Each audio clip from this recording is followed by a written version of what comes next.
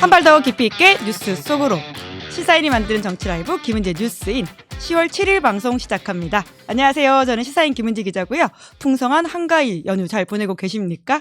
한가위 왔다, 명절 왔다라고 하는 것을 느끼게 해주는 저희의 시그니처 코너가 있는데요. 명절엔 박장대소입니다. 지금 여기 보이시는 화면처럼 지금 이분들 갓 쓰고 그리고 사실 저 모자는 양반 모장 대감 모자인가라고 하는 것을 함께 놀부 모자라고. 그럼 이거는 사자 보이즈. 네, 그 갓에 모답으로 왔어요.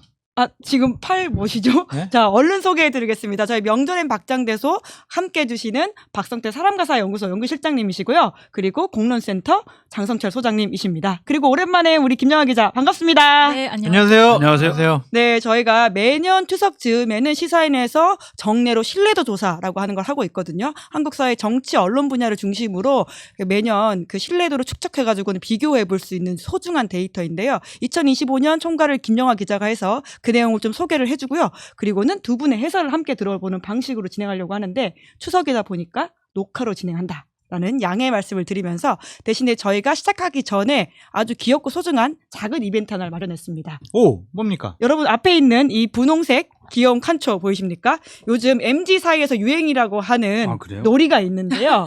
맞아요. 이거 유행이에요. 모르시는 것 같은데요. 아니 유행이에요. 뭐죠? 이거 엄청 재밌어요. 박성태 신차림 MZ 아니시잖아요. MZ 아니에요? 네, 자녀분들이 MZ인데 좀 이런 이야기 못 들어보셨습니까? 태어난 지 오래돼.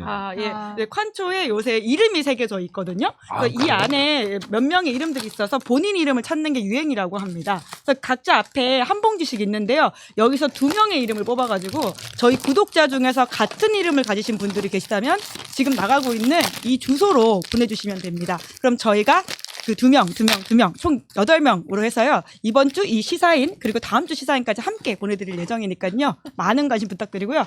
자, 이름을 2명씩, 그러면 우리 박성태 실장님부터 뽑아보실까요? 드신 건 안 됩니다. 그거 네. 안 돼? 안 돼요. 자, 새로 뽑아주시고요. 자, 누구죠? 이렇게 비춰주세요. 누구십니까? 저희 구독자, 선생님, 저기 안 보이세요? 너무 연기가 조금. 네, 누구시죠? 성철이 아니. 비춰주세요. 성준. 성준님. 예, 성준님. 지금 잘 보이진 않는데 성준이라고 합니다. 성준님 계신다면 저희 지금 바로 댓글창에 인증도 해주시고요. 나가는 이쪽으로 이름 올려주세요. 나온 거 먹어도 돼요? 네, 그럼요. 드시면 됩니다. 자, 그리고 우리 장성철 소장님이 뽑은 이름은 누구죠? 어디 이런 이름이 나오지? 성열. 이거 진짜예요? 보여주세요. 성열 권희. 진짜로요? 아니요. 놀래라. 희지님 축하드립니다. 속을 뻔했네요. 희진님께 저희가 보내주시면 선물을 보내드리도록 하고요. 예. 근데 실제로 여기 이름에 건의가 있다는 소문이 있어요. 잘 찾아보세요. 그리고 김영하 기자도 뽑아주시겠어요? 하나만 뽑는 거죠? 네, 우선 하나. 네, 성은입니다. 네, 성은? 성은. 네, 성은님. 성자 돌림이 많네. 네, 저도 뽑았습니다. 낙이네요. 이름이 왜 없지? 잠깐만요. 자, 윤정 있습니다. 윤정 많을 것 같아요. 네, 그리고 박성태 실장님 다시 한번. 성진. 한번 보여주세요. 네. 성진입니다. 네, 그리고 장성주 소장님 뽑아주신다면요. 이안. 이름이 쉽지 않아요. 이안님. 예. 좋네. 자, 그리고 저는 범규입니다. 범규. 예. 자, 저는 윤하 뽑았습니다. 성열 없는데? 예. 성열은 있는지 없는지 확인을 좀 해봐야 될 것 같긴 한데요. 자, 지금 저희 이름 다 총알로 다시 불러볼까요? 윤하, 윤정 있고요. 그리고 아까 네, 여러분 기억하시죠? 그 이름 모아가지고 댓글창에 넣어주시고요. 저희 PD가 썼네요. 성준, 희진, 성은, 윤정, 성진, 이안, 범규, 윤하님께서는 저희 지금 구독자분들 중에 계신다면 댓글창에 인증도 해주시고요. 지금 나가는 지금 시사 스페이스 @시사인.co.kr로 보내주시면 저희가 소정의 선물 시사인 보내드리도록 하겠습니다. MZ들은 이 게임을 뭘 하는 거예요? 이름 나오면은 뭐 소주 한 잔 더 먹고 이러는 거예요? 그냥 재미인 거죠. 예, 저희도 추석 맞이 소소한 이벤트라고 이해해 주시면 될 것 같고요. 칸초가 아이디어 잘 냈네. 네, 드시고 간초뿐이야. 네, 사실 여기에 정치인과 유사한 이름도 있다고 들어가지고요. 볼까? 그런 분들이 나오면 재밌겠다 생각했는데 없네요. 나왔다. 건희? 제인. 개인. 예, 저 방금 발견했어요. 다솜. 옛날 우리 AD가 다솜 있었는데. 다솜. 예.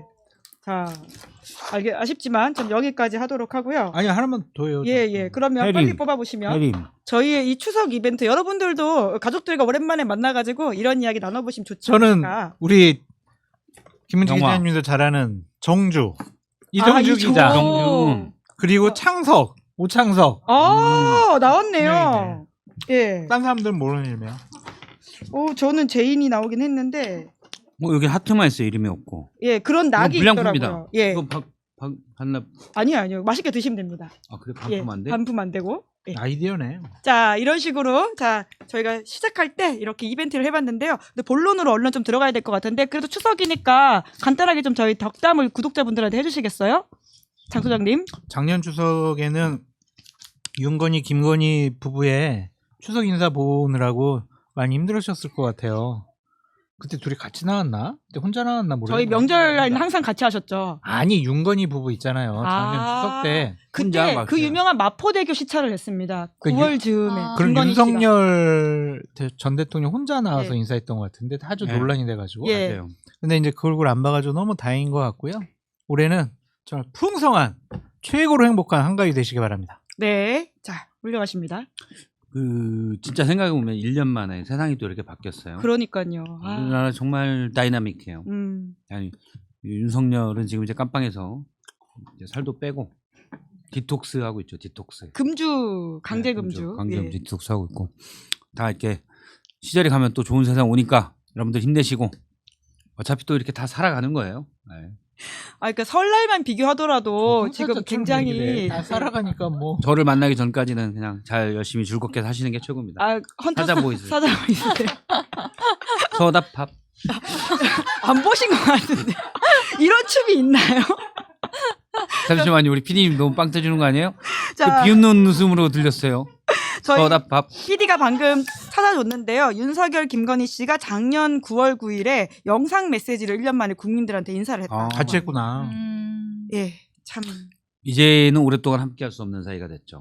네, 저희가 지난 설만 하더라도 사실 탄핵이 어떻게 될지 몰라서 참 걱정하는 마음으로 예. 이야기도 하고 뿐만 아니라 여론조사의 과표집에 관련된 논쟁으로 두 분이 제가 한참 정확히 다 있잖아요. 과표집이다 이거. 아니라고 한참 또 이렇게 논쟁을 하셨었는데 예, 그 왜 시간을 아니라고 했어요? 지나와서 기억이 안 나요. 그래요? 예. 자, 우리 신뢰도 조사 이야기를 해봐야 될 것 같은데 우리 김여아 기자도 간단하게 한마디 혹시 하실 게 있나요? 네, 올해 추석도 시사인과 함께 가장 중요한 네. 이야기 하겠습니다. 네. 잠시만요. 지금 적어놓고 있는 거 이렇게 짧게 적어놨어요?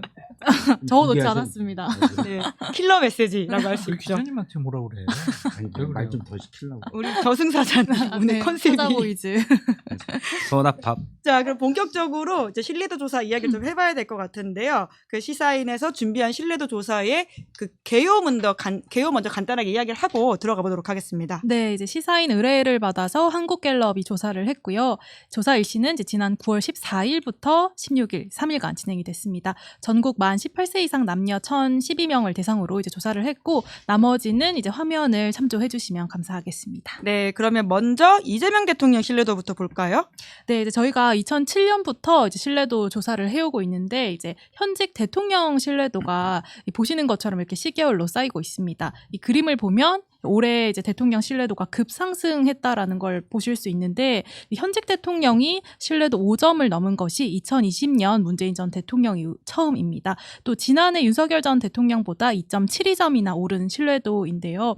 사실 이제 보시는 것처럼 윤석열 정부 3년이 좀 이례적으로 낮은 최저치였기 때문에 일종의 기저 효과처럼 이 대통령의 신뢰도가 좀 상승세로 보이는 측면도 있습니다.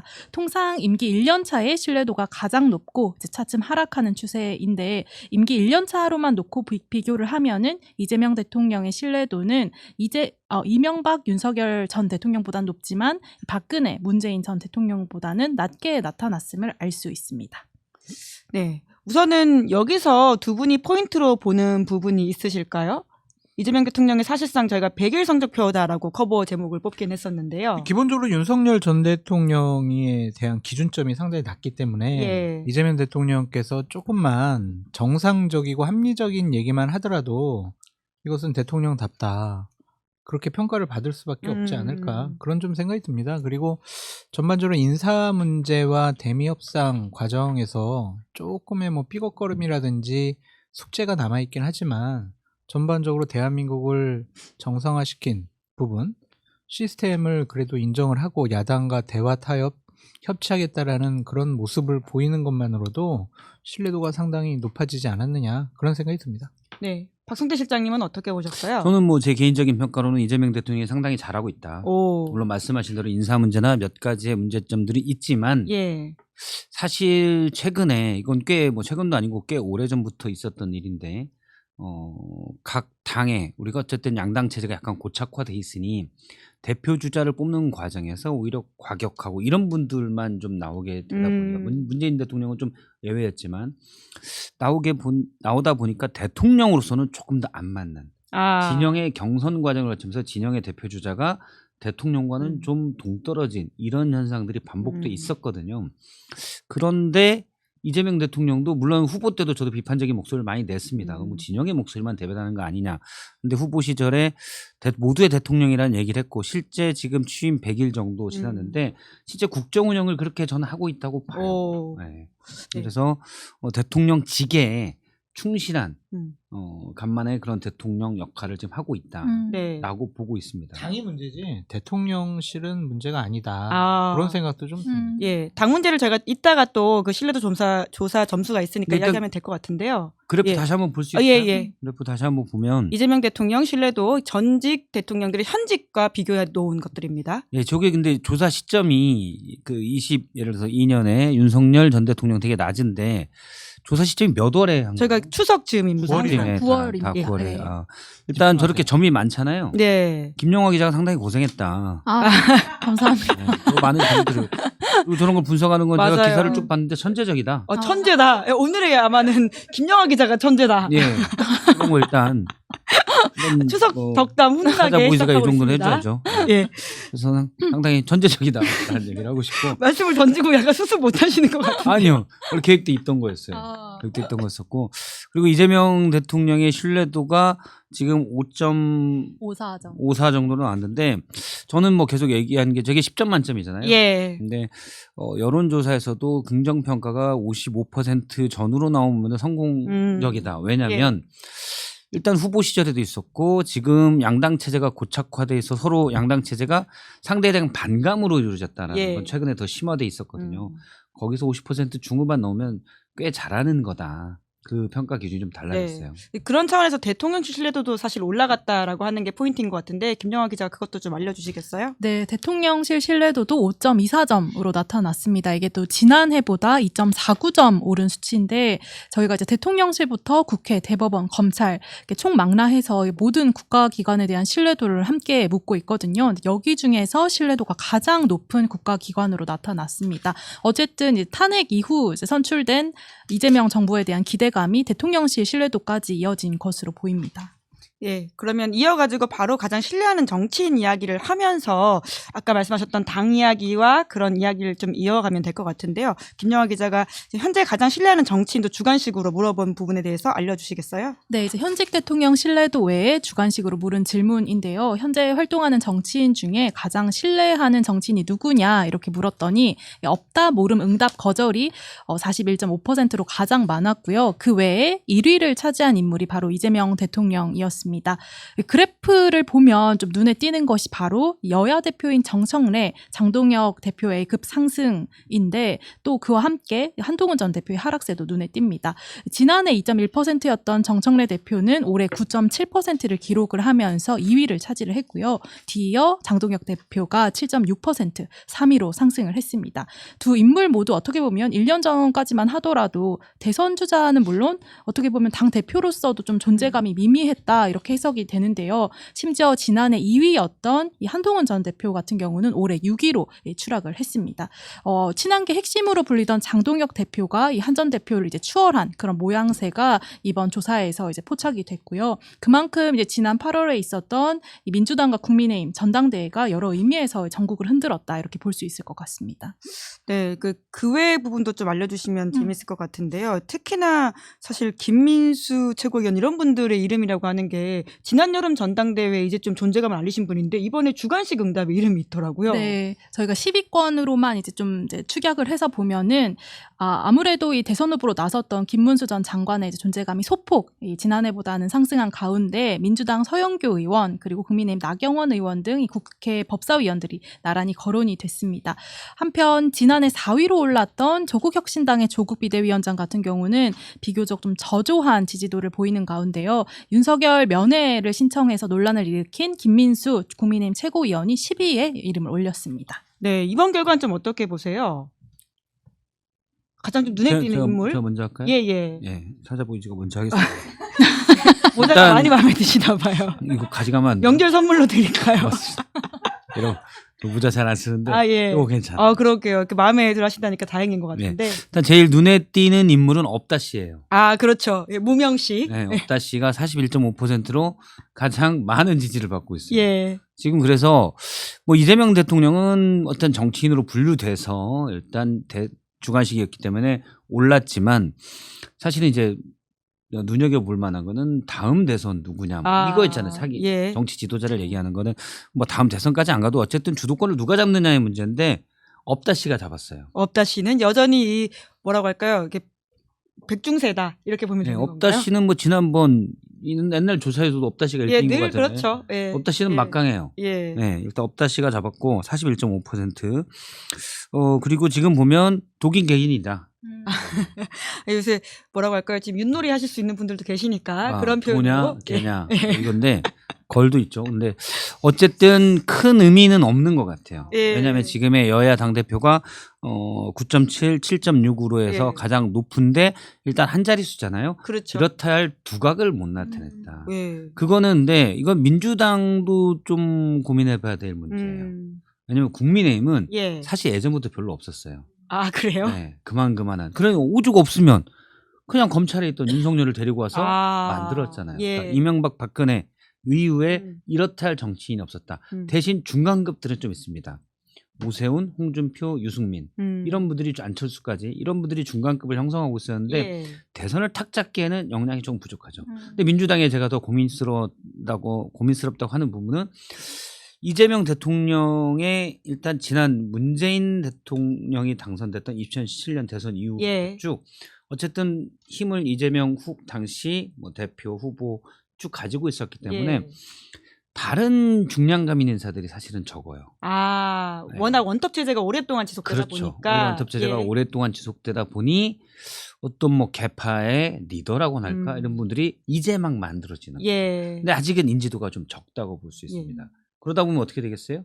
훨씬 경쟁이 치열해지죠. 아, 지금 그런 모양새인 건가요? 지금 그런 모양새가 되는 거고, 그리고 일단 장동혁 그 국민의당 대표가 뭐 나름 높게 나왔지만 이건 이쪽 바닥에 워낙 사람이 없어서 네. 네, 그런 거고, 일단 민주당에서는 정청래 후보가 앞서가고 있는데 여기도 대표가 앞서가고 있는데 여기도 이제 앞으로 어떻게 될지 모르겠어요. 아, 이건 아직 모른다. 그러니까 더 지금 춘추전국 시대. 춘추전국 시대. 예. 아, 좋은 그 표현이 생각이 안 났어요. 예. 저도 잠깐 아까 백중세란 말을 잘못 썼는데 춘추전국 시대가 더 적합한 것 같습니다. 춘추전국. 네, 감사합니다. 네, 고맙습니다. 예. 자, 전반적으로 보면 지도자 감이 없다라는 것 같아요. 그러니까 이재명 후계로서 여야 모두 이재명 대통령 일단은 빼고 예, 예. 제외하고 여야 지도자들을 보면은 당 대표 직함을 떼고 뭐 예를 들면 정청래, 장동혁을 넣으면 이 사람들이 과연 몇 %나 나올까? 예. 그 신뢰도 점수는 얼마나 될까? 어. 그걸 생각을 해보면 예. 이거는 당 대표에 대한 지지도지 이 정청래 아니면 장동혁 이 개인적인 정치인의 지지도는 아닌 것 같다. 그 신뢰도는 아닌 것 같다. 좀 그런 생각이 들어가지고 각 지도자들이 되고 싶어하는 분들은 상당히 좀 노력을 많이 해야 될 것 같다라는 좀 생각이 들고 국민의힘은 참 암울해요. 이 조사를 암울한가요? 보면. 예. 그 주요 정당에 대한 신뢰도를 조사를 해보니까 국민의힘이 2.96이란 말이에요. 그 김영하 기자 부분인데 아, 스킬을 그래요? 해가시는 건가요? 아니 하여튼 뭐 요 부분이 저는 제일 안타까웠어요. 그러니까 국민의힘이 계속 이제 윤석열, 김건희를 옹호하고 윤어게인당 전환기를 선생으로 모시는 그런 사람들 그리고 윤석열을 강하게 옹호했던 사람들이 지도부에 있다 보니까 국민적인 신뢰도를 상당히 좀 낮게 얻은 것이 아니냐 그런 생각이 좀 들어가지고 갈 길이 참 멀구나. 보수를 지지하는 입장에서 보면 참 답이 안 보인다. 네. 이 지도 체제 갖고서는 국민의 지지를 신뢰를 다시 얻기는 힘들겠구나. 그런 안타까운 마음이 들었습니다. 네, 그럼 그 이야기를 빨리 좀 이어가 더 예. 하실 말씀. 예. 한동혁 그 대표가 7.6이잖아요. 예, 지금 주관식 지지율. 응답에서 그렇게 나온 주관식, 거죠. 신뢰한다라고 예. 1000명 중에 이거는 이제 76명이 답을 한 거긴 하죠. 전명제치 예. 영끌이에요 이게. 영끌. 끝이에요 여기가. 그게 문제인 거죠. 아, 본인이 여기가 최대치다. 예. 왼쪽으로 1도씩 가겠다 하루에. 예, 예. 근데 뭐 평일에는 왼쪽 갔다가 주말은 오른쪽 갔다 그러다 보니까 안 먹히는 거죠. 음. 뭐 하는 거야 지금 이렇게 되는 거예요. 그래서 국민의힘 쪽도 물어보니까 친윤들도 지켜보고 있다. 오. 이렇게 되고 있어요. 근데 지켜보고 있다. 일단 이게 스펙트럼이 요 선 안에서 왔다 갔다 하는 거는 이해할 예. 수 있어요. 근데 이분은 여기까지 갔다 이렇게 갔다 하는 거죠. 이게 문제인 거예요. 이게 다 남아요 이제. 완전히 구구에 갔다가 이번에도 서울 집회 때 연설한 걸 보면은 뭐 보기가 싫어요 일단. 사람이 이제 감정의 동물이잖아요. 이 소통할 땐 파토스 감정을 움직여야 되는데 일단 보기가 싫은 모습으로 하는 거죠. 아, 그러니까 그게 한계예요 이분의. 사람과 사를 연구하고 계시니까 그럼요. 예, 저는 파토스적으로. 밤마다 연구를 해요. 그래서 낮에도 가끔 해요. 예. 낮에는 일을 주로 하는데 어쨌든 그래서 그게 한계다. 근데 눈에 띄는 점이 또 한동훈 조국입니다. 아, 조국 한동훈. 저는 개인적으로는 사실은 다음 대선에서 가장 유력한 두 후보가 예. 민주당은 조국, 국민의힘은 한동훈 이렇게 봤었거든요. 근데 지금 조국 1.2, 한동훈 1.8 이렇게 예. 나왔어요. 이거는 이제 100이 전체인 거죠. 100이 전체인데 지극히 낮죠. 그러게요. 그만큼 이 두 분의 지지 기반이 사실상 상당히 약하다. 특히 조국 전 대표, 조국 비대위원장이죠. 지금 비대위원장 같은 경우는 누가 봐도 어떤 인지도나 브랜드 또 일단 뭐 여러 가지 면에서 주목도가 높을 수 있는 분인데 예. 지난번 당내 성비 사건 처리 과정에 대한 실망감이 작용이 됐다. 근데 그거를 한번 실수로 받아들일 거냐 아니면 정말 내공이 확 해서 떨어져 나가냐 실력이냐? 예. 실력이냐. 예. 근데 지금 후자 쪽이 좀 더 많은 아. 것 같아요. 그래서 각고의 노력을 벌이지 않는 상당히 취약하다는 거잖아요. 지지 기반이. 각고의 노력을 보이지 않는 한 쉽지 않겠구나 했고 제 생각을 좀 바꿨고 예. 한동훈 전 대표도 원래 국민의힘 정치인 중에서는 팬덤이 있는 거의 유일한 인물이거든요. 네. 이준석 의원도 좀 있지만 근데 팬덤이 있음에도 불구하고 지금 1.8이 나왔다. 비대위원장이 당대표가 아니었을 때는 저렇게 낮게 나왔다. 이 팬덤도 상당히 적고 네. 강력하긴 하지만 적고 취약하구나 이게 네. 나온 거예요. 근데 이게 신뢰나 뭐 자기 지도자냐 이런 걸로 볼 수는 없고 그냥 인지도 싸움이 아니냐 그런 생각이 들어요. 왜냐하면 여기에 법사위원인 예. 서영교 의원하고 나경원 의원도 이름이 좀 거론됐잖아요. 1%대이긴 하지만 있죠. 예. 그러니까 이분들이 보도가 많이 되니까 음. 국민들이 이런 사람들도 있구나 해서 얘기한 것 같아요. 그 김민수 최고위원이 이름을 올렸다는 것도 그런 차원으로 보이긴 하는데. 그렇죠. 노이즈 마케팅. 예. 근데 참 놀랍긴 한 게 진짜 여름 전까지만 하더라도 이렇게 우리가 이름을 잘 알고 있는 정치인이 아니었는데 이렇게 주관식 응답에 나온다는 게 좀 놀랍긴 요거는 하더라고요. 김민수 최고위원 나온 부분은 야. 이제 코팅을 해서 예. 김민수 최고위원 보내주세요. 왜요? 왜 이렇게 그러면 앞으로 취재가 좀 더 김민수 쉬워지거나. 최고위원 보내주면 예. 액자에 넣어서 갑으로 쓸 거예요. 갑으로 쓸 거고 이제 집에 출근할 때마다 아까 1.2인가요? 얼마였죠? 1.2%. 1.2 오케이. 다음 달에 1.3이야. 그래서 이게 신뢰하는 2.7에서 끝날 것 같아요. 그러니까 물어보는 거는 신뢰하는 정치인이지만은 예. 뭐 가장 먼저 떠오르는 정치인 이름은 뭐 그렇게 맞아요. 우리가 해석해야 되지 않을까. 네네. 그러니까 그러면 그런 거는 그만큼 지금 무게를 잡는 예를 들어 2-3명 정도 예. 확고한 이런 분들이 없다는 얘기예요. 맞아요. 그러면 아까 말씀해 주셨던 것처럼 주요 원내 정당과 당대표의 신뢰도를 조금 더 깊이 있게 보면 그 현상들이 더 잘 보이는 것 같거든요. 그걸 김영하 기자 좀 이야기해 주시겠어요? 네, 이제 저희가 신뢰도 조사할 때 이번에 좀 처음으로 이 주요 4개 정당의 대표 신뢰도를 함께 물었습니다. 아무래도 이제 이재명 대통령이 집권한 상황에서 이 차기 대권 구도가 어떻게 흘러갈지 이런 향방들을 좀 예측해보자 이런 취지였는데 사실 뭐 앞서 이제 얘기한 내용들의 일종의 정리 버전이라고 보시면 될 것 같은데 민주당 정청래 대표가 가장 높고요. 또 조국 비대위원장, 장동혁 대표, 이준석 대표 순으로 이제 순위가 나타났습니다. 근데 사실 이게 10점 만점이라서 이 4명 모두 불신 구간에 속하는 점수를 받은 거거든요. 그러니까 뭐 새로운 차기 그룹이 이제 생겨났다라고도 볼 수 있겠지만은 지금으로서는 이 신뢰 경쟁보다는 좀 누가 더 못하나 이런 불신 경쟁이 좀 더 두드러진다라고 할 수 있을 것 같고요. 이 정당 신뢰도 추이로 보면은 또 하나의 흐름이 나타납니다. 민주당을 제외한 모든 정당이 이 지난해와 비교를 했을 때 하락세로 나타났고요. 특히 이제 국민의힘이 받은 성적표가 주목이 되는데 2점대입니다. 이게 2020년 이제 창당 이래 어떻게 보면 최저 신뢰도를 이제 찍은 거거든요. 이 보수 정당 계보로 보면 이 자유한국당 시절이던 2017년에 2.53점을 받았고 2018년에 2.46점을 받았는데 오히려 이제 그때와 비슷한 수준으로 좀 비교가 될 것 같습니다. 그만큼 국민의힘이 좀 탄핵 국면 지나면서 중도층의 민심 잃었다 이런 평가가 나올 수 있을 것 같습니다. 네, 아까 이제 국민의힘 미래가 어둡다라는 이야기 하시면서 이걸 잠깐 장석철 소장님이 인용하신 것 같은데 좀 더 그러니까요. 말씀해 주시겠어요? 스스로 중도층이라고 밝힌 분들 중에 응답자 65.9%가 국민의힘 불신한다고 했어요. 이거는 참 답이 없는 거예요. 정당이 집권을 하고 선거에서 이기려면 중도층으로 외연 확장을 해야 합니다. 그런데 거기에 66%에 가까운 중도층의 국민들이 나는 저 국민을 못 믿겠어. 이렇게 마음의 벽을 쳤단 말이에요. 그러면은 내년 지방선거 자체가 국민의힘으로서는 상당히 어렵다.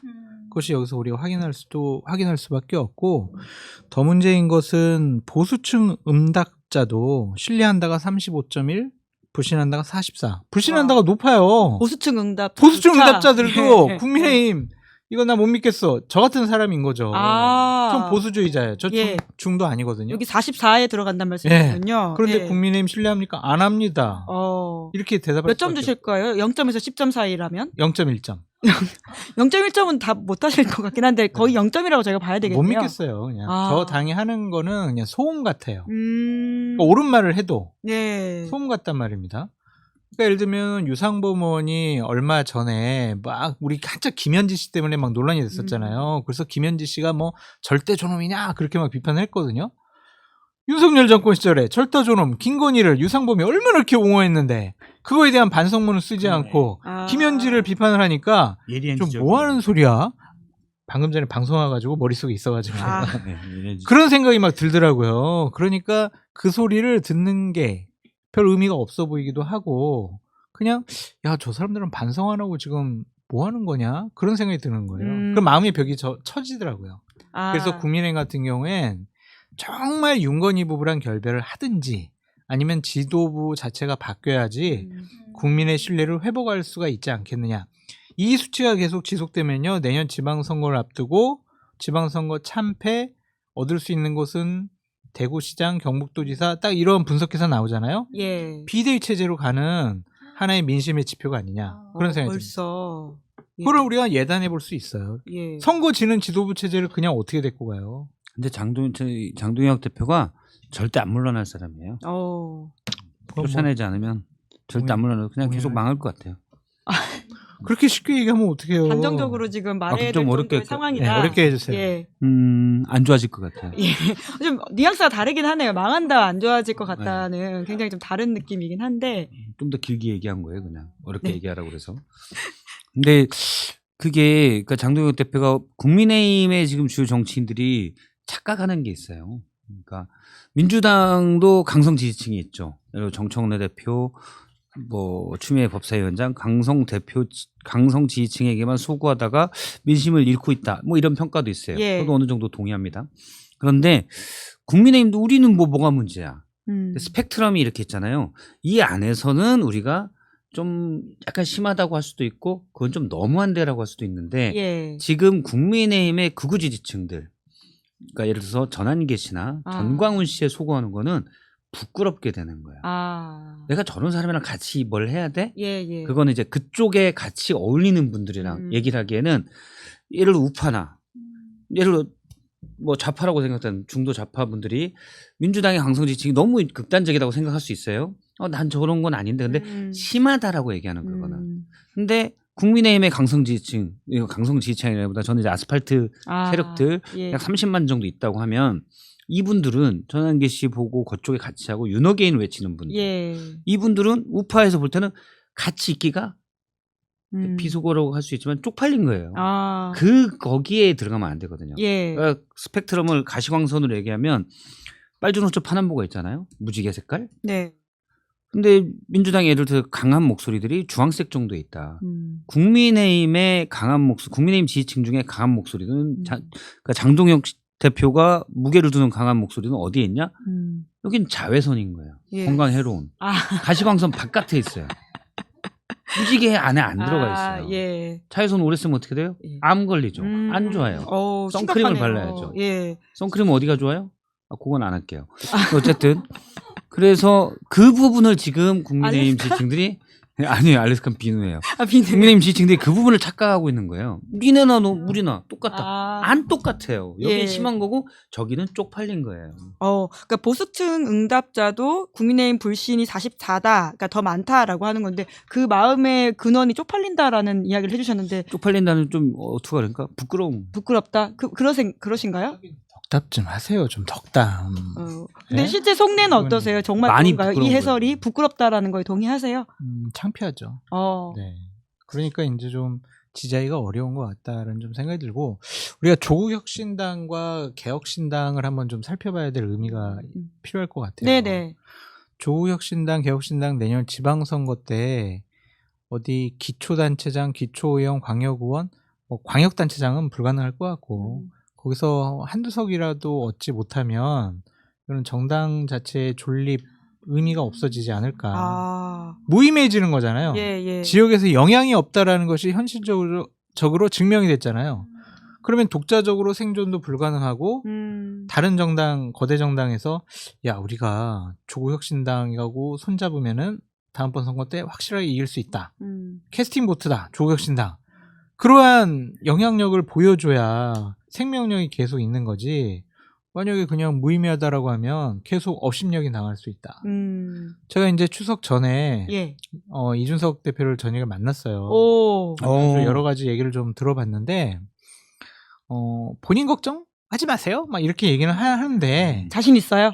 연락이 걱정을 많이 하더라고요. 그러니까 실제로는 내년 지방선거 때 과연 우리가 어떻게 생존할 수 있을까? 겉으로는 아닌 척하지만 실제로는 굉장히 걱정을 하고 있다. 이준석 대표뿐만이 아니라 개혁신당의 관계자들은 항상 이 얘기를 해요. 어떤 분들 같은 경우는 거의 자포자기하는 형식으로도 얘기를 합니다. 거의 당선될 사람이 없잖아요. 그렇죠? 예를 들면은 이준석 대표의 지역구인 동탄에서 기초의원 아니면 도의원 당선시킬 수 있을까?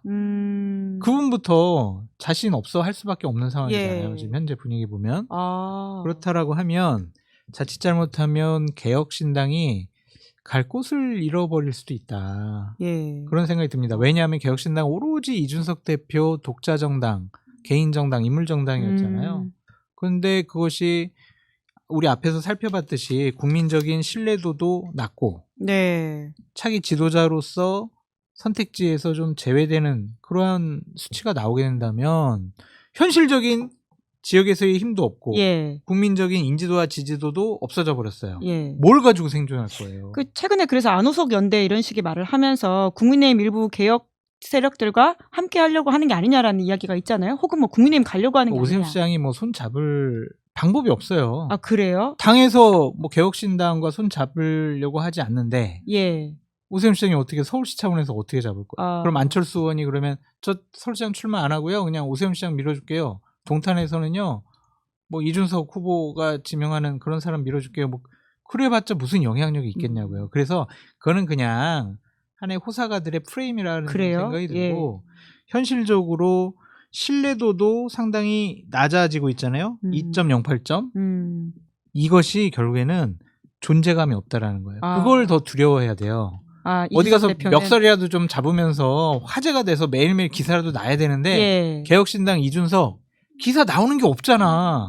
이게 가장 큰 위기가 아니냐 그런 생각도 듭니다. 준석 파파의 분석이었습니다. 스스로 준석 파파라고 인정하시는 거예요? 하도 뭐 그냥 댓글 보니까 그냥 준석 파파라고 그냥 계속 써 있는구만. 예? 안 봐도 미디어입니다. 네. 그래서 뭐 국민의힘 그러니까 장동혁 대표가 만약 안 됐으면 당 대표가 그러면 이준석 대표가 나름의 선택지들이 좀 있을 텐데 예. 이준석 대표 스타일상 장동혁 대표랑 손을 잡기는 어려워요. 예. 만약에 장동혁 대표가 이준석 대표를 같이 해서 합당을 해서 약간 개혁적인 냄새를 일단 그쪽에 뭐 천하람원이든 좀 더 있으니까 그런 이미지를 가져가려고 하려면 극우적 발언을 아주 극우화에는 일찌감치 절연을 했어야 되는데 예. 지금 발걸음을 보니까 이렇게 갈짓자로 가고 있거든요. 예. 이 발을 계속 짚을 것 같아요. 음. 그러면 그럼 오세훈 시장이 이준석 대표를 영입해서 뭘 할 생각이냐? 오세훈 시장은 본인의 서울시장 선거에 이용할 생각만 있는 것 같아요. 아. 실제 말씀하신 대로 오세훈 시장이 해줄 수 있는 게 없어요. 근데 대신 이준석과 함께한다? 그럼 본인의 약간 단점을 특히 이대남들의 지지도 좀 얻을 수가 있고 그거를 상쇄하는 이미지만 네네네. 가져갈 수 있죠. 네, 자연스럽게 세대 성별 이야기를 넘어가면 될 것 같은데요. 그러니까 실제로 저희가 참 잘 넘어가네요. 그러니까요. 우리 또 잘 브릿지를 만들어 주셨습니다. 20대 남성을 비롯한 30대, 그러니까 세대 성별로 좀 보면 특히 조국 대표와 이준석 대표로 좀 보이는 게 좀 더 있더라고요. 네, 이제 20대, 30대 여성, 남성의 반응이 좀 굉장히 다르다라는 것을 이번 조사를 통해서 알 수 있었는데, 2030 남성들의 경우에는 이제 4명의 인물 중에 조국 비대위원장에 대한 신뢰도가 좀 가장 낮았습니다. 반면에 2030 여성들은 이준석 대표를 가장 불신을 했는데요. 같은 세대 안에서 이 성별에 따라서 이 신뢰도가 좀 극명하게 나뉘는 경향은 2030 이 청년 세대 안에서 좀 유일하게 관측이 됐습니다. 이준석 대표가 이제 좀 세대 전반적으로 보면 1점대 혹은 2점대 좀 굉장히 좀 낮은 신뢰도를 기록한 것을 볼 수 있는데 그 중에서도 가장 높은 이제 신뢰도를 준 응답자들이 이제 20대 남성 4.36점을 줬어요. 그것도 결국에 이제 코어 지지층이 누구인가라는 것들 좀 보여주는 대목이 아닌가 싶습니다. 네, 그 2030의 표 성향은 사실 이재명 정부에 대한 그 불신 그룹을 또 주요하게 보는데도 보이더라고요. 그러니까 네. 우리가 국민의힘 지지자 같은 경우는 뭐 충분히 예상할 수 있는데 또 다른 불신 그룹의 핵심이 이제 2030 남성이다라고 하는 것도 저 김영하 기자가 좀 알려주신다면요. 네, 또 이번 조사에서 이 청년 남성들의 강한 반민주당 성향이 포착이 됐습니다. 우선 현직 대통령 신뢰도를 살펴보면요, 2030 남성 응답자들이 이 대통령에게 이제 준 신뢰도 점수가 4.06점, 4.11점인데 이게 전체 성별과 연령을 통틀어서 이 최하위 점수였습니다.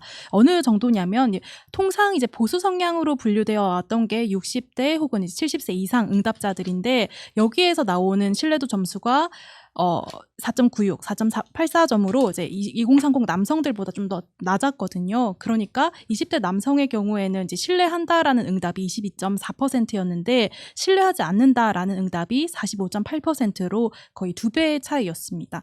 이러한 이제 경향이 대통령실 신뢰도에도 이제 그대로 반영이 되고요. 민주당 신뢰도에서도 좀 유사하게 나타나는데 결국에 60대, 70세 이상 응답자들보다 20대 남성 그리고 30대 남성에서 이 민주당을 향한 불신 응답이 더 컸습니다. 그러니까 보수를 대표하는 좀 얼굴이 바뀌고 있다라는 해석이 좀 충분히 가능하지 않나 싶습니다. 네, 그 70대 이상보다 20대 남성의 평균이 더 낮다라고 하는 건 좀 눈에 띄는 현상인 것 같은데요. 어떻게 보십니까? 나보다 한 살 더 어리니까 2030 세대에 조금 더 소구력이 있을 것 같아요. 먼저 얘기하세요. 그럴까요? 나보다 더 어리잖아요. 질문이 아, 이번에 그 보수의 새 얼굴이 된 2030 남성이라고 하는 해석에 좀 동의를 하시는지. 동의하죠. 예, 특히 20대, 30대 남성은 그러니까 이제 우리가 전 정체적으로 보면 성차별이 존재해요. 그런데 어느 단계에 올라간 뒤에 그런 것들이 좀 더 있다라는 목소리도 있는데 취업난이나 이런 여러 가지 이유로 2030 남성들이 그 단계 자체에 아예 진입도 못하는 경우가 많거든요. 그러니까 이분들이 느끼는 성차별이 어딨냐. 나는 군대만 갔다 왔다. 이런 거에 대한 반감이 많이 큽니다. 그러니까 본인의 처지에 대한 반감이 커지니까 저도 사실 뭐 주변에 2030 딸밖에 30은 없죠. 20 딸밖에 없어가지고 그런데 저희 딸들 얘기를 들어봐도 남성들은 그런 불만이 있을 수가 있겠다라는 얘기를 해요. 실제로도 그런 것 좀 느끼는 것 같고요. 그러니까 그런 움직임이 특히 이제 진보 쪽에서는 약간 젠더 문제나 이건 좀 더 적극적이잖아요. 거기에 대한 반감이 작용하는 것으로 보입니다. 그래서 그거는 당연히 좀 아우르려는 노력들을 이재명 정부든 민주당이 해야 되는 부분이다. 그들이 그냥 극우화돼 있다. 뭐 보수화돼 있다. 뭐 보수화에 상관이 없죠. 그럴 수 있으니까. 근데 극우화돼 있다라고 해서 차단할 게 아니라 약간 설득하고 아우르는 그들의 불만을 듣고 이해하려는 노력은 필요하다고 봐요. 네, 장 소장님. 남성 세대들이 기본적으로 여성에 대한 좀 피의식이 있는 것 같다. 저 이런 얘기하면 또 2030 남성들한테 욕 돼지가 얻어먹을 것 같은데 좀 피의식이 있는 것 같고 역차별을 좀 당하고 있다. 그런 생각이 좀 강한 것 같아요. 그 중에 가장 큰 것이 이제 병역 문제인 것 같고 또한 사회적인 대우 문제도 좀 있는 것 같습니다. 그래서 기본적으로 민주당은 좀 여성 친화적인 정책을 취하고 있는 것으로 판단을 하고 있기 때문에 여성 편이다. 그러니까 민주당이 2030 여성들의 지지를 더 많이 받고 있다. 그 프레임이 그냥 2030 남성들에게 고착화되어 있는 것 같다. 좀 그런 생각이 들어요. 네. 그래서 이러한 성별, 세대별 이 성향 같은 경우에는 국민 통합에 상당히 좀 문제가 될 것 같고 그 부분에 대해서 이제 개혁신당 이준석 대표의 입장에서 좀 말씀을 드려보면 2030 세대의 절대적인 좀 지지를 받는 것이 좋은 것이냐 아니면 거기밖에 지지를 못 받으니까 외연확장이 못 돼서 잘못된 것이냐 이렇게 좀 살펴볼 수 있거든요. 오. 그래서 그 커다란 숙제 같아요. 이거는 예. 민주당, 국민의힘, 뭐 이준석 대표 모두에게 숙제인 것 같은데 이 세대들이 원하는 것이 무엇일까? 근데 이해상충 지점이 너무나 많기 때문에 모두를 만족시킬 수는 없거든요. 그 정말 좀 정치 평론을 하면서도 이 세대와 젠더 문제에 대해서는 상당히 조심스럽고 해결 방법을 잘 모르겠어요. 네, 그 이야기는 그러면 뭐 저희가 너무 전략적으로만 접근하는 건 아. 바람직하지 않다. 예. 예를 들어서 이준석 대표가 얘기하는 2030의 남성을 얘기하잖아요. 음. 저는 지난 대선에 총선 유권자로 24년이죠. 유권자 비중으로 보면은 20대, 30대 유권자가 약 31% 정도 됩니다. 31%니까 20, 30대 전체로 따지면은 뭐 근데 4050을 예를 들면 40은 30 자축인묘 37.5%예요. 그게 더 높다. 훨씬 예. 4050이 예, 여기 많다. 인구가 많으니까 훨씬 예. 많죠. 유권자가 많다. 그렇죠. 20대에는 19세까지 포함한 거이고 예. 더 적어요. 예. 근데 투표율까지 계산을 해야 되잖아요. 사실은. 그렇죠. 선거 영향력만 놓고 실제로 보면 얼마나 투표율까지 많은지. 계산하면 제가 한번 예전에 심심해서 계산한 게 있습니다. 오. 2030이 전체 100으로 봤을 때 예. 실제 투표에 차지하는 비중은 31.1%예요. 예. 이게 20대 대선 기준입니다. 4050은 37.5%예요. 아, 투표도 더 많이 하고 인구도 더 많나요? 4050 인구도 더 많고 예. 투표도 더 많이 하다 격차는 더 크죠. 아이고. 투표율, 예. 투표 성향이라는 게 있잖아요. 투표 예. 성향이. 그렇기 때문에 사실은 투표에 대한 표만 놓고 보면 어떻게 보면 그렇게 이건 전체 남녀를 합친 거니까요. 이 남성 보면 더 줄어들겠죠. 근데 그렇게 중요한 세대가 아닐 수도 있다는 생각을 해요. 그러니까 이거는 정치공학적으로 접근할 게 아니다. 예. 그럼 원리적으로 접근해서 예. 제가 앞서 말씀드린 대로 2030 남성들이 가지고 있는 불만도 저는 타당한 점이 충분히 있다고 봐요. 왜냐면 유리천장이라고 할 때 건물 안에 들어가야 천장이 있는 건데 건물에 아예 못 들어가고 있는데 왜 내가 유리천장에 대해서 생각을 해야 되냐 그런 불만들이 있거든요. 이거는 그러니까 정치적으로 이들의 불만을 이해해야지 정치인들이 자꾸 표로 계산해서 접근하면 그러면 다른 세대나 성별 젠더와 더 멀어진다. 갈등이 생겨요. 예. 네. 얼른 저희가 다음에도 준비한 몇 가지가 있어가지고 이야기 좀 네. 넘어가야 될 것 같긴 한데요. 그 각 국가기관에 대한 신뢰도도 시사인에서 10년 넘게 측정을 하고 있거든요. 근데 검찰이 저 역대 조사에서 가장 최악의 점수를 받았다라는 거죠. 네, 이번 조사에서 검찰 신뢰도가 이 3.06점으로 역대 최저치를 기록을 했습니다. 이 조사 항목을 뭐 나이나 성별, 직업, 지지 정당, 또 정치 성향 이렇게 잘게 쪼개어서 봐도 이 검찰 신뢰도가 불신 구간에서 벗어나지 않는 모습을 보였는데요. 한마디로 이제 누구도 검찰을 신뢰하지 않는다라는 해석이 나오는 대목입니다. 특히 이제 최근 10년 동안의 어떤 그 추이를 보면 거의 매번 이제 꼴찌 성적표를 받았던 쪽이 국회였는데 올해는 이제 국회보다 더 낮았습니다. 오히려 국회는 올해 4.19점으로 높게 이제 상승한 점이 눈에 띄고요.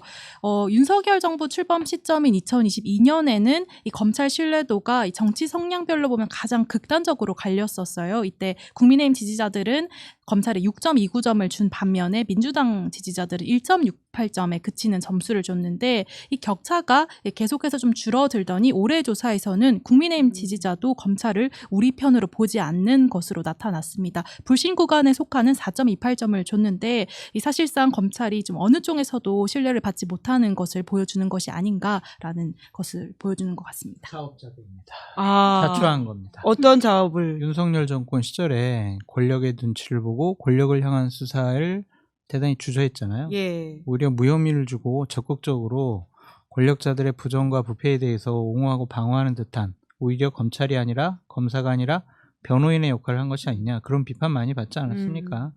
그러니까 당연히 검찰 개혁 여론이 국민들에게 높았고 그러한 불실감이 이러한 수치로 나타난 것이 아니냐 그런 생각이 좀 듭니다. 근데 우리 추석 전에 대단히 좀 특이한 성명서를 한번 봤죠. 특검에 파견된 검사들이 아, 우리 검찰로 돌아갈래? 원대 복귀하겠다. 우리 수사 안 할래? 특검에 수사 못 하겠어? 이런 성명서를 예. 냈잖아요. 그러니까 그것이 검찰 개혁에 저항하는 검사들의 이기주의, 기득권을 방어하고 옹호하려 하는 모습이냐, 아니면은 현재 이재명 정권이 하려고 하는 검찰 개혁의 방향이 잘못된 것이냐, 그거에 대한 시사점이라고 좀 보여지거든요. 제가 검찰을 불신하는 이유는 권력에 대한 수사를 제대로 하지 못해서 권력 눈치 봐서 저는 검찰의 불신이 더 커졌다라고 생각하는 입장이거든요. 근데 현재 민주당이 하는 검찰 개혁은 권력 자체에 대해서 이제 수사를 못하게 하는 것이 아니냐 그런 생각이 좀 들어서 걱정이 많이 돼요. 그래서 공수처, 중수청 이렇게 분리를 해놓잖아요. 그것이 과연 권력을 향한 수사를 제대로 할 수 있을 것이냐라는 문제와 그리고 지금 많은 민생 사범에 대한 수사와 조사와 처리가 대단히 늦어지고 있다라고 하잖아요. 얼마 전 통계를 보니까 3만여 건이 더 이상 이제 수사할 여력이 안 돼가지고 그리고 이제 면소 수사를 이제 더 이상 못하는 그러한 판정을 내린다라는 언론 기사까지 봤거든요. 우리나라 최고의 수사 전문 집단을 저렇게 해체시켜 놔버리면 경찰이 그 역할을 제대로 할 수 있을까? 민생 사범들 수사는 어떻게 될까? 그런 걱정이 있어서 1년 동안 민주당에서 검찰 개혁에 대한 논의를 상당히 세게 하셔가지고 국민을 위한 검찰, 권력자 눈치 보지 않은 검찰로 거듭날 수 있도록 제도적인 개선을 해주길 바란다라고 말씀드려요. 몇 점 주시겠어요? 검찰에 만약에 전화가 왔다. 0점에서 10점 사이. 저는 검찰 빵점을 줘요. 아, 3점도 왜 줘요? 국민의힘보다 더 낫네요. 국민의힘은 0.1이었는데. 아니 생각을 해보세요. 국민의힘 0.1, 검찰 빵. 김건희에게 무혐의 준 검찰입니다. 소환 조사도 제대로 못한 검찰입니다. 그런 검찰 필요합니까? 그런 검찰은 필요 없습니다. 그런 검사는 검사 자격이 없습니다. 근데 그것이 수사 자체를 이제 못하게 하는 것이 문제가 아니냐 그런 생각이 방향성에 좀 대한 들어요. 민주당의 고민이 필요하다. 걱정이 돼요. 예. 저도 비슷해요. 제가 이제 검찰을 고쳤을 수 없는 지경에 이르렀다. 저는 이제 과거에 검찰이 그래도 권력 수사에 우리나라 그러니까 수사기관 자체가 원래 힘이 있죠. 왜냐하면 인신을 구속할 수 있는 거를 청구할 수 있는 권한이 있기 네. 때문에 체포도 경찰도 마찬가지고요. 수사기관에 힘이 있기 때문에 욕도 먹고 그리고 비리도 많이 있습니다. 그 힘이 크기 때문에 그건 어느 기관들이나 힘 있는 기관들은 비리가 있을 수가 있죠. 예. 일반적인 비리들이 있을 수가 있는데 근데 핵심은 들켰으면 제대로 해야 돼요. 아. 몰래 하는 거는 저는 뭐 회색지대가 늘 존재한다고 생각해요. 그러니까 법적인 문제가 있으면 처벌을 받아야 되고 그러지만 네. 아주 저는 천하의 몹쓸 놈이라고 저는 생각하지 않아요. 음. 본인 우리가 서민들이 직장에 살면서 이건 아닌 것 같은데 하면서도 위에서 시키면 어쩔 수 없고 하고 그러면 그런 거를 천하의 나쁜 놈이라고 생각하지는 않아요. 근데 들켰을 때는 미안합니다 하고 그냥 제대로 해야죠. 아. 뭉개면 안 되는 거예요. 예. 근데 윤석열 정부 때 검찰이 한 거는 뭉개버린 거예요. 대놓고. 이건 정말 잘못된 문화거든요. 옛날에는 숨기다가 예를 들어 김학의 법무부 차관 예. 예전에 관련 조사 나왔을 때 예. 우리가 크게 이슈가 안 됐을 땐 자기들끼리 몰래 해서 무혐의 주고 막 이렇게 쭉쭉쭉 했어요. 그래서 수사가 안 됐었잖아요. 예. 그래서 검찰에 과거 묻었던 사건 문재인 정부 때 다시 해보니까 물론 공소시효가 지나서 그냥 넘어간 것도 있지만 예. 어쨌든 문제점이 나왔잖아요. 논란이 되면 그건 제대로 하는 게 상식입니다. 어느 기관이나 공무원들이 몰래 좀 넘어갔으면 좋겠다라고 생각하는 사람도 있겠죠. 제가 그것까지는 이 천하의 몹쓸 놈이라고 하진 않아요. 들키면 제대로 해야 되는데 윤석열 정부 검찰은 들켜도 뭉개고 갔어요. 도이치모터스 7초 만에 8만 주 때려주셈. 이게 왜 있을까요? 당시 검찰 간부가 기자들에게 얘기한 거는 저도 모르겠어요. 어쨌든 무혐의입니다. 말이 안 되잖아요. 네. 그리고 뭐 앞서 말씀하신 대로 김건희 씨 소환 문제도 그렇고 특히 직연의 석방 지휘에 대해서 심우정이 즉시 항고를 하지 않은 것. 제가 그때 이프로스 게시판에 들어가 봤거든요. 오. 어떻게 들어가셨어요? 아 제가 들어간 건 아니고 못 들어가죠. 정확히 얘기하면 누가 다 캡처를 해줬어요. 아, 알려줬다. 제보를 네, 했다. 제보를 그 제가 내부 이제 검찰 분위기를. 친한 예. 분에게 좀 물어봐서 예. 이프로스 게시판에 관련된 내용이 있으면 좀 달라. 그 당시 이거와 관련된 검찰 그렇죠. 반응이 검찰 궁금해서. 반응이 궁금해서. 예. 근데 의외로 많지 않았어요. 조용했어요. 몇 분이 좀 있었어요. 몇 분이 오. 이건 아니다. 문제가 있다. 지금까지 앞으로 그러면 검사들 때를 보통 다 난로 계산했는데 시로 계산하면 앞으로 어떻게 한 거냐. 그러게요. 예. 몇 분이 항의를 했는데 그 며칠 끝. 음. 그것도 제가 볼 때 생각보다도 되게 작았어요. 아. 그 정도면 검사들이 들고 일어났어야 돼요. 윤석열 도구나 파면된 뭐 파면까지는 아니지만 어쨌든 그땐 그 탄핵 상태였죠. 탄핵 수추가 돼서 예, 직무정지 예. 사퇴했잖아요. 음. 어쨌든 그걸 떠나서 그 큰 이슈에 대해서 일선 검사들이 당시에 부장검사 검사 몇 명만 딱 얘기하고 조용하다고 그러더라고요. 예. 그래서 이거는 그러면 문화가 이제 바뀐 거다. 검찰들은 사실은 옷 벗어도 변호사가 하면 돈 더 잘 벌어요. 예. 최하 연봉이 3억입니다. 그러면 그래서 검사들이 그나마 바른 소리를 할 수 있었는데 그때 그 상황 보고 이 양반들이 이제 그럴 의지가 없구나. 그러면 이대로 쓸 수가 없는 거죠. 네. 문화가 이미 바뀌었어요. 그러게요. 네, 오히려 그래서- 이프로스의 검찰개혁 반대하는 글이 많이 올라왔다. 이런 뭐 박은정 의원 실발 예, 자료도 저도 어제 있더라고요. 보도를 예, 봤는데 예. 그런 이슈가 또 생겼을 땐 그런 글들이 예, 올라오지만 과거에 또 이런 문제가 있을 때는 거기에 맞는 글들도 음. 또 올라왔어요. 근데 이번에는 그때 즉시 항고를 하지 않았을 그러게요. 때 되게 큰 이슈였거든요. 큰 사건인데. 그렇죠. 예. 왜냐하면 내란 수괴인 윤석열이 석방됐었잖아요. 한번 지금 부장판사는 저는 정말 선의로 해석한다면 내란에 선의를 아니, 하지 마세요. 저는 가끔 선의를 하지 마. 해석하는데 싫어. 그분이 이제 MBC 기자 탄 얘기가 있잖아요. 일단 자기는 할 줄 알았다. 검찰 고검의 할줄 알았다. 판단을 예. 내란죄에 대해서 예. 좀 헷갈린 것 같아요. 예. 그것도 좀 제가 볼 땐 바보 같은 헷갈림인데 음. 어쨌든 근데 즉시 항고를 하지 않은 것도 정말 문제죠. 그럼요. 그래서 예. 그때 분위기를 봤는데 의외로 적고 나몰라라. 예. 그런데 이제 와서 지금 검찰 해체에 대해서 뭐 들고 일어나는 거는 그거는 말이 안 돼요. 예전부터 그렇게 했으면 저는 이해를 해요. 문화가 이미 예. 바뀌어야 이미 고칠 수 없는 지경이 예. 되었다. 이 신뢰도가 이제 점수가? 낮게 나옵니다. 예, 왜 나왔는지를 이제 설명을 해주시는 예. 것 같은데 몇 점 주시죠? 저는 1점 줄게요. 네. 뭘 신뢰해요? 1점 뭐 할 게 있어요?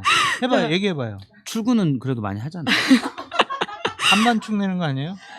아 그런가? 자, 아니, 10대 다 또 들어가요. 예, 시간이 얼마 없으니까 얼른 이제 전직 대통령 신뢰도로 넘어가야 될 것 같은데요. 윤석열 씨가 전직 대통령이 된 첫 해이기 때문에 역대 대통령 신뢰도에 오. 들어갔거든요. 네. 얼마나 나왔는지를 좀 봐야 될 것 같은데요.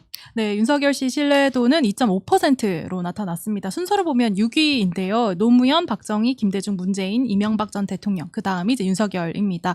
올해 조사에서 보면 박근혜 전 대통령이 1.6%로 나타났는데 이제 그보다는 좀 높은 수준이고요. 문재인 전 대통령 퇴임 1년차 때 15.1%를 얻었던 것과 비교를 하면은 좀 초라하다라고 할 수 있는 성적표입니다. 근데 또 박근혜 탄핵 후인 2017년 때 보면 박근혜 전 대통령 신뢰도가 0.6%에 불과했거든요. 그것과 같이 비교하면 조금 더 높다라고 볼 수 있을 것 같고요. 사실 이 불법 계엄 일으켜서 탄핵당한 대통령을 좀 누가 신뢰한다고 꼽았을까 이것들을 이제 좀 살펴보면 국민의힘 지지자가 7.6% 그리고 기타 정당이라고 표시를 한 지지자가 23.7%가 이제 윤석열 전 대통령 신뢰한다고 꼽았고요.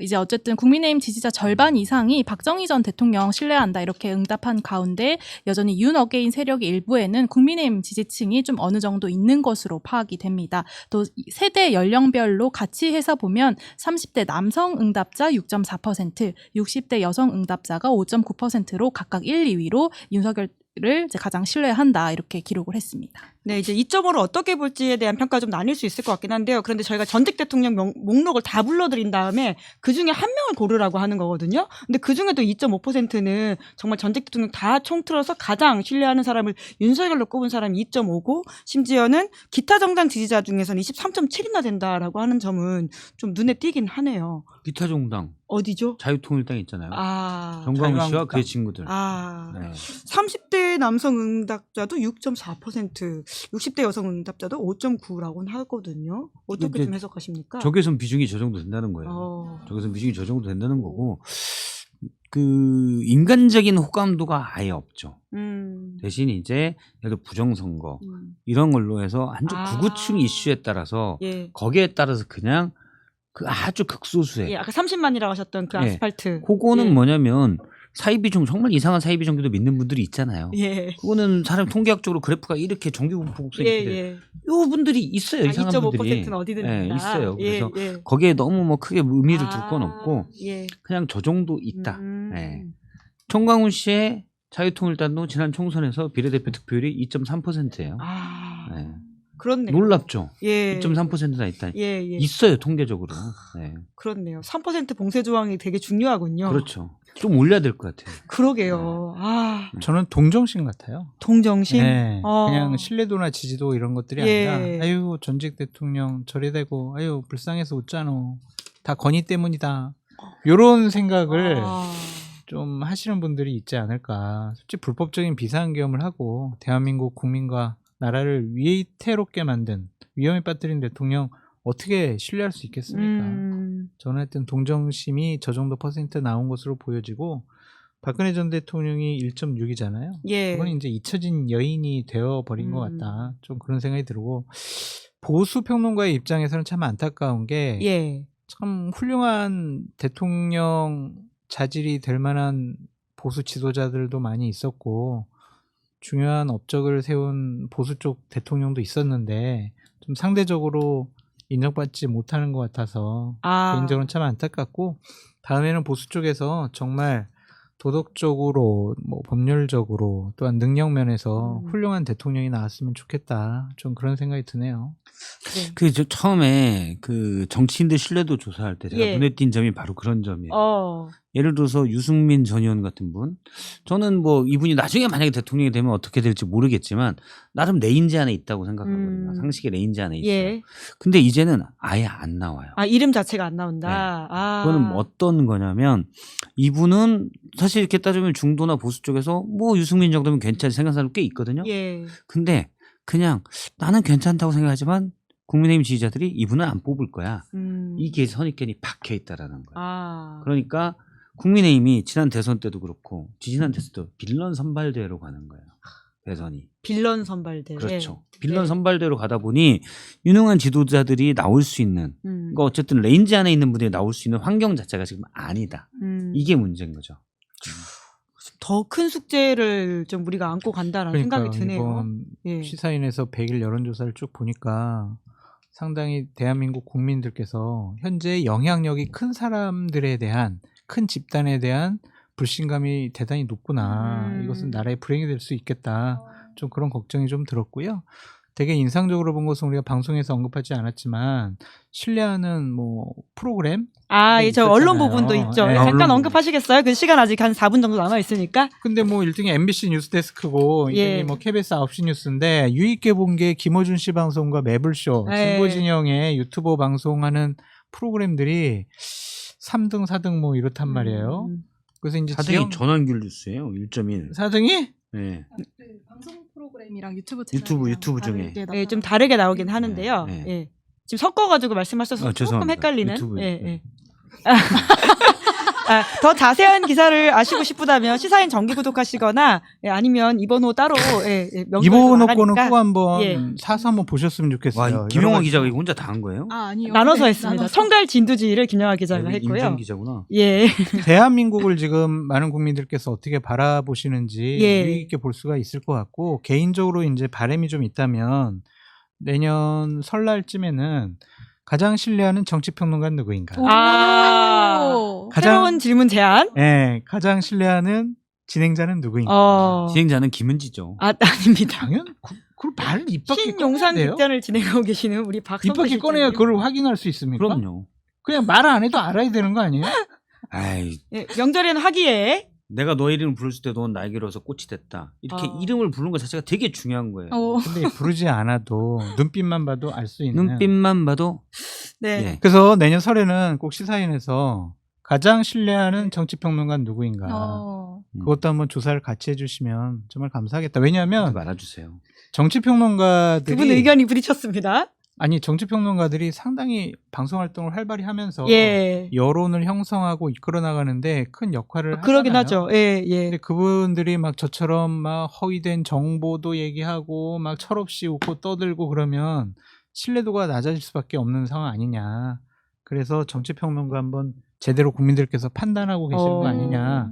그런 점을 확인해 볼 필요가 있을 것 같아요. 네. 장성철 선생님 또 우울해져요. 하지 마. 아이고 저희가 설날은 작년에 아니고요. 저 이름 들어갔었잖아요. 매년 추석 때 그래요? 하고 있기 때문에 우선 추석을 좀 아. 기대해 주시면 될 것 같고요. 어떻게 지문을 설날 안 구성할지는 예, 저희가 1년에 한 번씩 하고 있는 부담- 정례조사이기 부담돼서 때문에 뺐네. 예, 이게 하게 되죠. 비용이 비싸서 1년에 한 번씩 하고 있습니다. 그러면 박성태 실장님 출연료를 아껴가지고 아이고. 설날 때 조사해 주세요. 그거 아껴도 어려울 것 같은데 어려워요? 여기 비싼 조사입니다. 그럼 자, 김은재 앵커님 저희 출연료까지 다 그냥. 전 출연료가 없어요. 정규직이잖아요. 그거는 자, 얼른 내년 저희 추석 조사에서는 또 새로운 제안 해주셨으니까 되게 좋은 고민을 해보도록 네, 하고요. 해보세요. 자, 끝으로 이제 그래도 마지막 덕담으로 좀 마무리해보면 어떨까 싶습니다. 대단히 훌륭한 조사를 지금 시사인에서 했고요. 아, 이렇게 저희에 대한 덕담 안 하셔도 돼요. 이런 훌륭한 조사를 한 거 보니까 김은지의 뉴스인은 정말 구독 좋아요가 아, 필요하다. 아름다운 덕담으로 끝내시네요. 자, 저 여러분 지금 보고만 계시지 마시고 구독, 좋아요, 알림 설정 버튼 눌러야 된다라고 하는 아까 눈빛으로 그거 하라는 얘기 아닙니다. 그건 줄 알고 했네. 예. 예. 김은지 좋아요. 그걸 많이 좀 국민들께서 외쳐주시고 그래도 대한민국이 나아지는 것 같아요. 윤석열 정권 암흑기를 지나서 여러 가지 좀 어려움 숙제들이 많이 남아 있지만 그래도 현명한 우리 국민들께서 함께 하시면 어려움 극복할 수 있지 않을까 그런 생각이 듭니다. 그래서 그냥 서로 좋은 덕담 많이 하시고 많은 맛있는 거 드시고 그렇게 잠도 많이 주무시면서 휴식 잘 취하시기 바랍니다. 제욕도 조금만 덜 하시고요.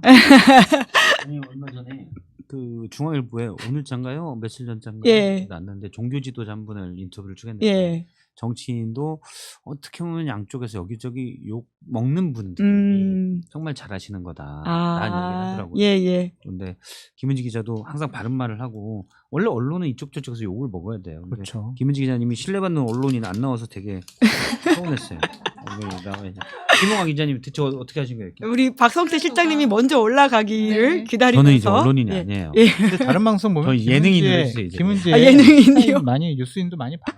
네. 얘기도 많이 하시더라고요. 많이 자, 이제 끝내야 될 시간이 온 것 같습니다. 좀 더 합시다. 예. 김은지 기자님 아닙니다. 진행자 자, 아니에요? 아름다운 마무리. 훌륭한 진행자 아니에요? 아니 뭐 제가 볼 때는 서울 최고죠. 서부권에선 최고인 것 같아요. 네. 자, 구독, 좋아요, 알림 설정을 해야 된다라고 하는 아름다운 마무리로 오늘 마무리하도록 하고요. 정말 같이 말씀을 나누다 보니까 지난 설에 비해서 우리가 얼마나 이 추석을 평화롭고 평안하게 맞이하는지에 대한 또 효능감도 느끼게 된다는 생각이 듭니다. 그 화상들 얼굴 안 봐서 그냥 다행이에요. 아, 진짜 우리 모두 고생했고요. 이번 추석은 정말 평안하게 쉬시길 바라겠습니다. 우리가 저마다 힘의 겨우 아, 설날에 윤석열 씨가 불렀던 인생의 노래죠. 무게로 예. 넘어질 때 그랬죠. 진짜 좋은 노래입니다. 예. 변지섭 노래 들어주십시오. 자, 그럼 오늘은 여기까지 하겠습니다. 세 분 수고 많으셨습니다. 감사합니다. 고맙습니다. 감사합니다. 예, 저는 끝내기 전에 광고 간단하게 하겠습니다. 비교원이 준비한 최대 128만 원의 혜택 놓치지 마십시오. 인터넷 TV 신규 가입 시에 48만 원, 휴대폰 구입 시에 최대 50만 원, 정수기 렌탈 시 최대 30만 원, 인터넷 가입과 동시에 현재 쓰고 있는 휴대폰에 통신사만 변경하면 최대 30만 원의 혜택을 돌려드립니다. 인터넷 가입 혜택만 잘 비교해 보십시오. 비교원은 23년 동안 60만 명 누적 가입자에게 983억 원 누적 현금 사은품 지급해 왔는데요. 개인정보 보안도 철저해서 한 건의 보안 사고도 없었다고 합니다. 8억 원 이상의 보증보험을 가입해서 든든하고요. 인터넷, 휴대폰, 정수기 비교는 비교원에서 하십시오. 시사인 유튜브 채널 시청 중이다 이렇게 말씀하고 가입하시면 비밀 혜택도 드리고 있다고 하니까요. 이 혜택 놓치지 마시고요. 자세한 내용은 1670-2571로 상담받으시거나 네이버에서 비교원을 검색하십시오. 자, 10월 7일 방송 여기까지고요. 저는 내일 오후 5시에도 돌아옵니다. 내일은 김종대 전 의원 그리고 김경일 교수님과 함께할 예정이니까요. 내일도 많은 시청 부탁드리고요. 오늘 방송 재밌게 보셨다면 구독, 좋아요, 알림 설정 부탁드리겠습니다. 고맙습니다. 아니 왜 아직도 3년간 같은 통신사 인터넷 계속 쓰고 계세요? 인터넷 비교 원할 땐 인터넷 가입 서경석도 인터넷 가입을 원할 땐 비교원. 시사인이 만드는 정치 라이브 김은지의 뉴스인 매주 월요일부터 목요일까지 오후 5시에 생방송됩니다. 구독, 좋아요, 알림 설정으로 함께해 주시면 큰 응원과 격려가 됩니다.